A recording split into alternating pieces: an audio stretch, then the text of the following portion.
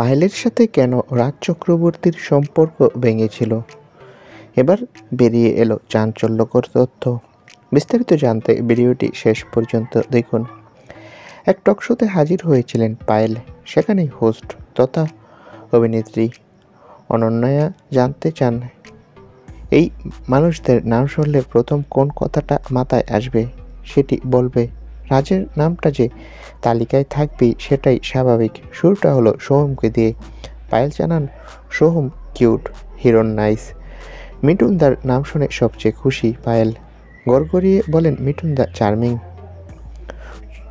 চুটকি বাজিয়ে তিনি যে কাউকে বন্ধু করে নিতে পারেন। উনি খুব চার্মিং। রাজের নাম আসা মাত্রই খানিক অস্বস্তির ঝলক পায়েলের মুখে। দায়সারাভাবে বললেন, ভালো পরিচালক। রাজের সঙ্গে প্রেমের কথা খোলাখুলি স্বীকার করেননি কোনোদিন, তবে এই সম্পর্ক ছিল ইন্ডাস্ট্রির ওপেন সিক্রেট।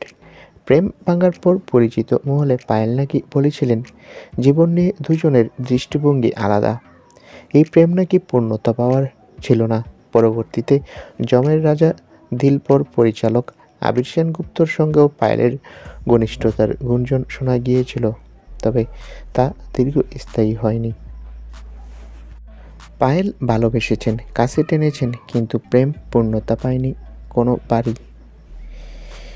তবে রাজের সাথে নাকি তার প্রেমের পরিণতির ভালো একটা দিক ছিল।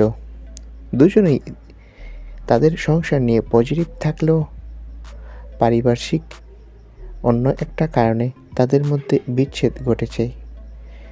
দুজনে নাকি দুরকম মতামত দিয়েছিল। তো বন্ধুরা, এই বিষয়ে তোমাদের মন্তব্য কি কমেন্ট করে জানাও। ধন্যবাদ।